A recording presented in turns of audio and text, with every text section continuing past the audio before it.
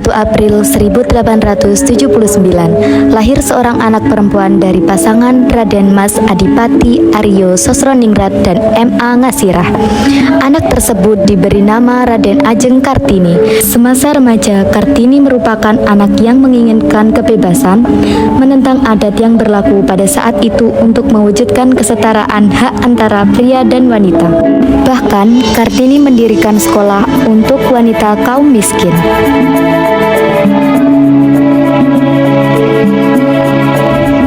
Jadi hari ini kita akan belajar tentang huruf. Ini adalah huruf A. Ayo dibaca A. A. Trina.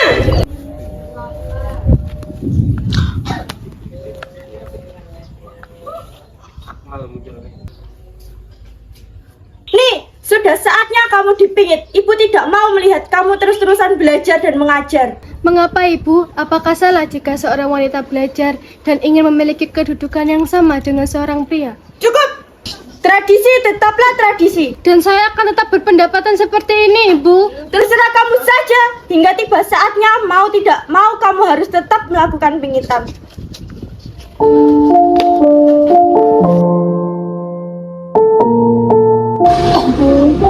Pak, Trinil ingin melanjutkan sekolah. Trinil ingin menjadi wanita pribumi yang cerdas, memiliki cita-cita membuat dunia ini terang. Trinil tidak ingin dipingit, Pak, Bu. Trinil ingin melanjutkan sekolah. Tidak, Trinil. Bapak tidak bisa menuruti permintaanmu. Sudah saatnya kamu untuk dipingit, mempelajari banyak hal yang harus dipelajari oleh seorang perempuan, dan menikah dengan orang yang tepat. Tidak bisakah sesekali tradisi ini tidak dilaksanakan? Trinil, Bapak adalah bupati pemimpin rakyat Jepara. Tidak seharusnya Bapak menghancurkan tradisi kita sendiri.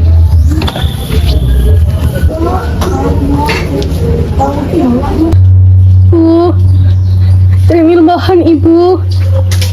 Sudahlah Trinil, laksanakan apa yang sudah menjadi tradisi. Kelak kau akan mengerti mengapa semua ini dilakukan. Lantas, bagaimana Ibu? Hanya ini caranya, ikuti saja apa kata romomu itu. Tahun 1891 adalah tahun di mana Kartini mengalami kesedihan mendalam. Kedua orang tuanya, Raden Mas Adipati Aryo Sosroningrat dan Mas Ajeng Ngasirah, menyampaikan kabar yang mengguncang hatinya. Waktu Kartini untuk belajar di sekolah telah habis. Seperti halnya gadis-gadis pribumi lain, Kartini harus berhenti sekolah dan menjalani pingitan, mengurung diri di balik tembok tinggi.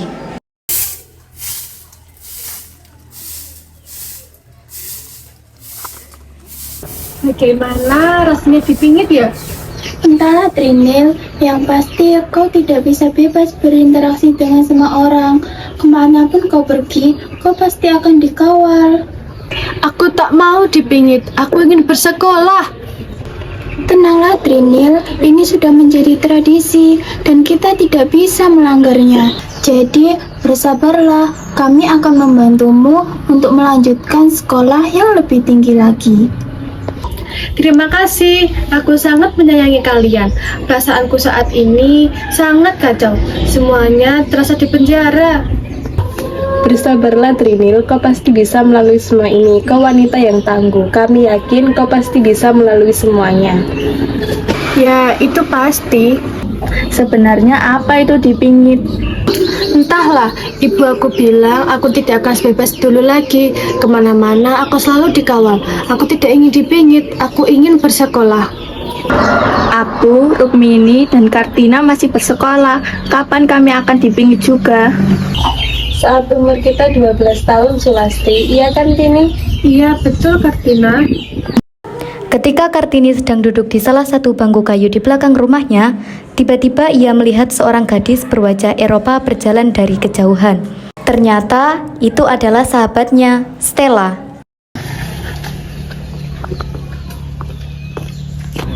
Stella?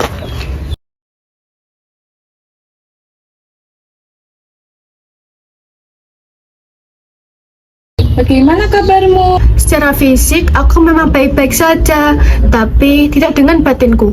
Batinku terasa perih. Kamu tahu kan, aku tidak bisa berdiam diri. Aku mengerti, aku pun sangat merindukanmu. Tak ada lagi gadis pribumi yang ceria dan cerdas seperti dirimu.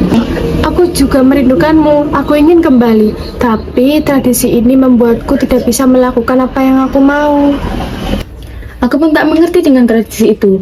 Kartini, apa salahnya perempuan bersekolah? Kalau tak sekolah, apa yang kamu lakukan? Aku hanya melakukan apa yang dilakukan oleh wanita pribumi selayaknya.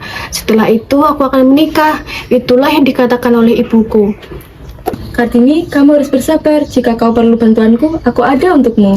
Terima kasih Stella. Kartini, ini aku bawakan buku untukmu. Di dalamnya ada bahasa Belanda. Terima kasih Stella. Sungguh aku tidak bisa mengatakan apapun lagi. Tak apa Kartini, aku berjanji akan mengunjungimu dan membantumu melewati masa-masa sedihmu. Hari-hari Kartini pun diisi dengan semua hal yang katanya harus bisa dilakukan oleh wanita sejati. Ditambah dengan belajar bahasa Belanda melalui buku-buku yang dipinjamkan oleh sahabatnya Stella. Lalu, pada suatu hari, Kartina, Sulastri, dan Rukmini diam-diam mengajak Kartini untuk berjalan-jalan mengelilingi Jepara.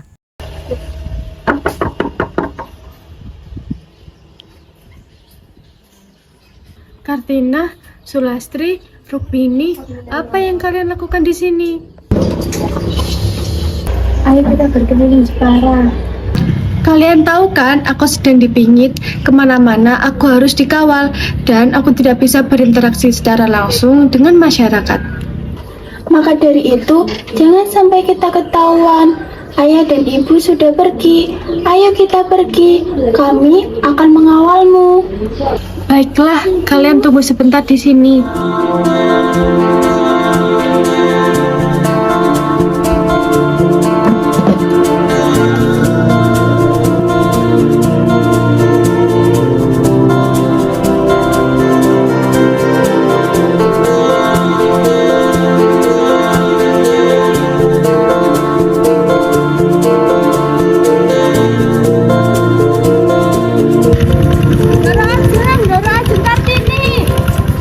Sebentar, ada apa Kartini?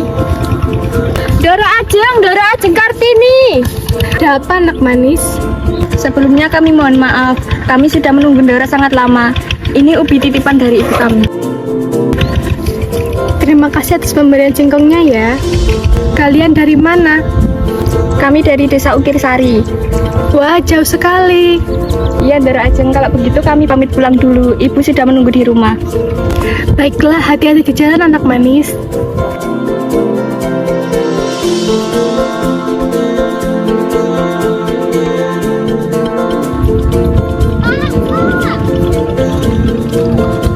Bukankah mereka putra-putri Adi Sosrodiningrat?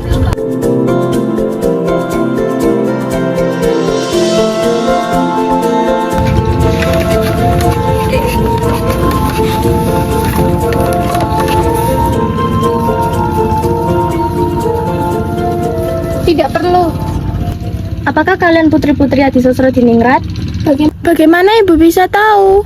Tentu saja, beliau adalah Bupati Jepara. Kami beberapa kali melihat kalian bersama Bapak Bupati. Mengapa kalian pergi tanpa pengawalan? Apa kalian tidak dipingit? Apakah saya boleh bertanya? Tentu boleh.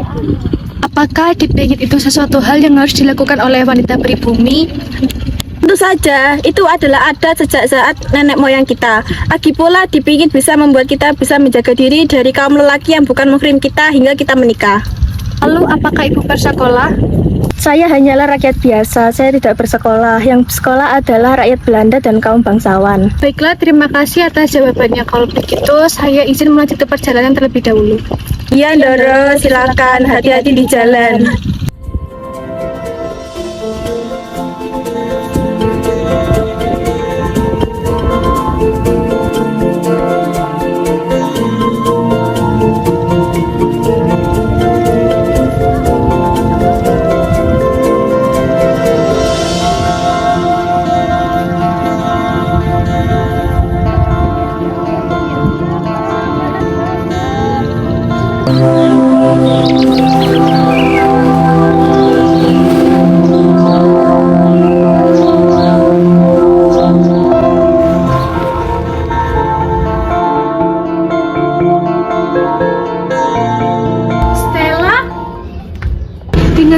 kau di sini?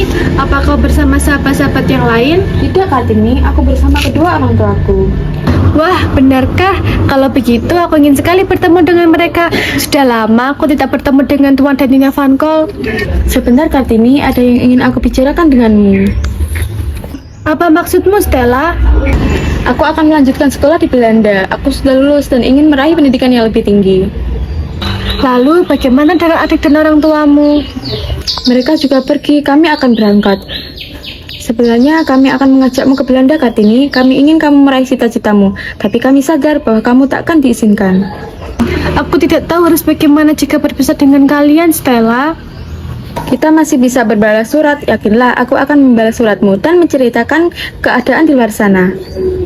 Pada saat Kartini sedang membaca buku yang diterima dari Stella, Kartini pun terpikirkan sebuah karya.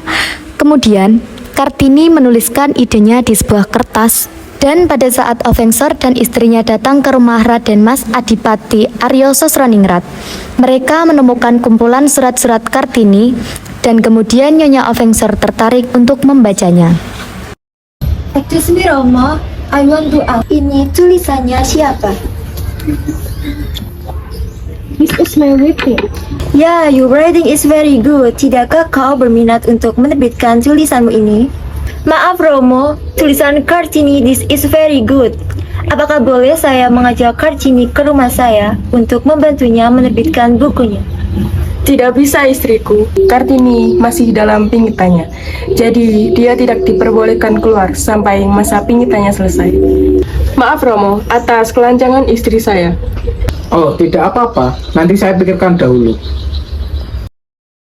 Bupati Pemalang bertamu ke kediaman Raden Mas Adipati Aryo Sosroningrat untuk menagih janji bahwa Kartina akan dinikahkan dengan putranya, yang telah disetujui oleh Raden Mas Adipati Aryo Sosroningrat. Keesokan harinya, Raden Mas Adipati Aryo Sosroningrat mendapatkan surat dari Wakil Bupati Pemalang. Mohon maaf Romo. Anakku Kartina, calon pasanganmu adalah calon Bupati Pemalang. Tapi dia sudah punya istri Romo. Iya nak, Romo tahu. Romo sudah terlalu janji. Romo sebagai bangsa awam ini tidak bisa ingkar janji.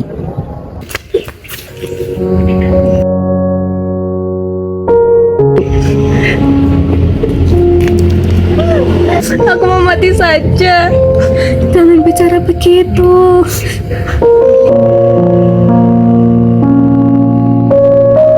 Kita sudah dibuat pincang, Nil. Kita harus kuat menghadapi rintangan ini. Aku tidak mau menikah. Aku tidak akan menikah. Ini sengaja dibuat untuk kita.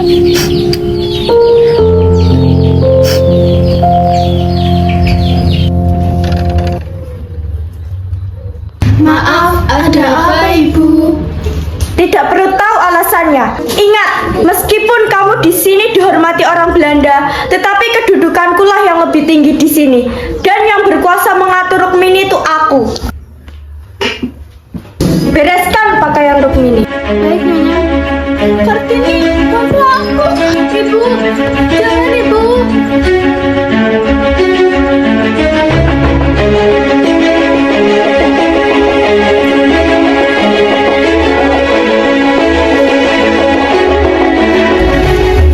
Maaf Tuan Putri. Stella, duniaku sudah hancur. Tidak ada yang mendukungku di sini. Apa yang bisa aku bantu, Kartini? Bawa aku pergi dari sini, Stella. Keesokan harinya, Raden Mas Adipati Aryo Sosroningrat menerima surat dari Tuan Van Kol berisi permintaan dari Stella untuk membawa Kartini ke Belanda demi bersekolah. Trinil!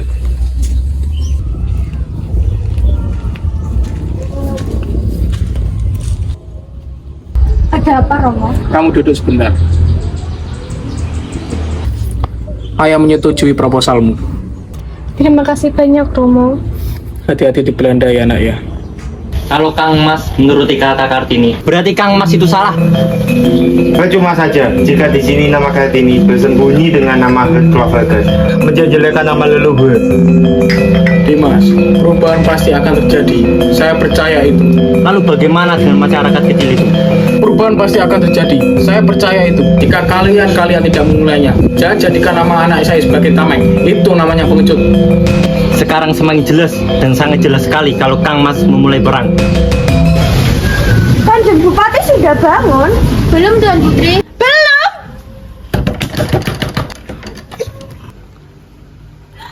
Pak Atma, Pak Atma. Tuan Atma. Ada apa? Tuan Atma. Ada apa? Tolong panggilkan dokter untuk Bupati. Bupati kenapa? Bupati tidak sadarkan diri, Tuan. Baik.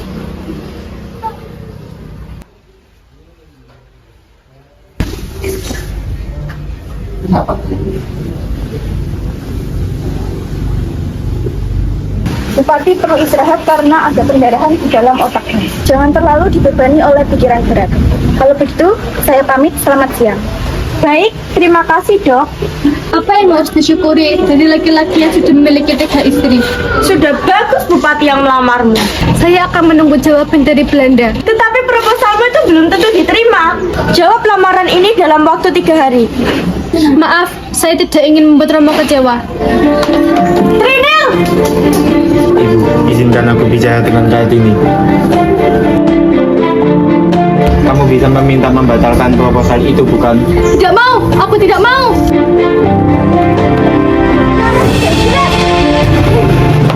Berdiri! Kamu di sini sampai Bupati Rembang menjemputmu. Ibu tiri mengunci semua pintu dan jendela. Kartini merasa hampa. Ibu kandung Kartini, Yungasira, membukakan jendela dan mengajak Kartini keluar untuk berjalan-jalan. Yungasira?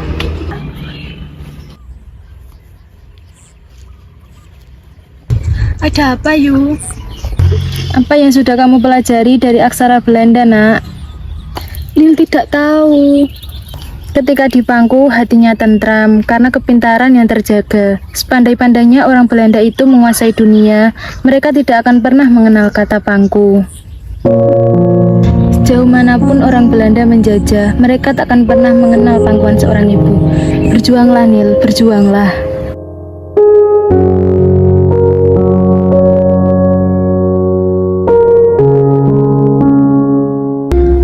Kartini, apakah kamu sudah siap menyandang gelar Raden Ayu? Saya sanggup menerima pinangan dari Raden Mas Joyodiningrat, tetapi ada syarat. Apa lagi? Sudah. Coba lanjutkan. Pertama, saya tidak mau mencuci kaki Raden Mas Joyodiningrat di pelaminan. Yang kedua, saya tidak ingin terikat pada aturan norma yang kaku. Yang ketiga, Cukup! Kamu hanya memikirkan dirimu sendiri. Lastri, kamu kenapa? suami saya menikah lagi, Bu. Saya tahu suami saya lebih mencintai istri mudanya yang lebih terpelajar. Kartini benar. Saya mendukungmu, Kartini. Yang ketiga, calon suamiku harus mendukungku membangun sekolah untuk perempuan dan anak-anak.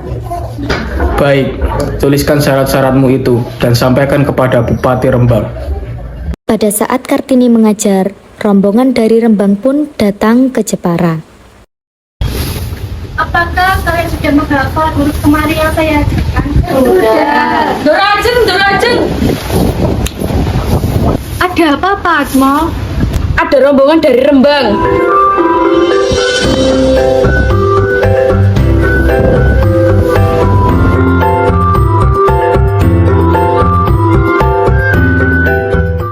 Romo, bisakah saya berbicara berdua dengan Raden Mas Joyodiningrat? Baiklah.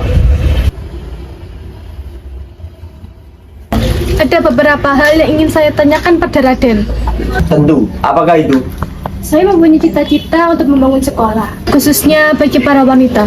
Saya tidak ingin mereka berada dalam keterbelakangan. Saya ingin wanita bisa meratakan dengan pria. Bagaimana dengan pendapat Adipati sendiri? Sungguh bagi saya sangat mulia. Saya juga sempat memikirkan hal tersebut.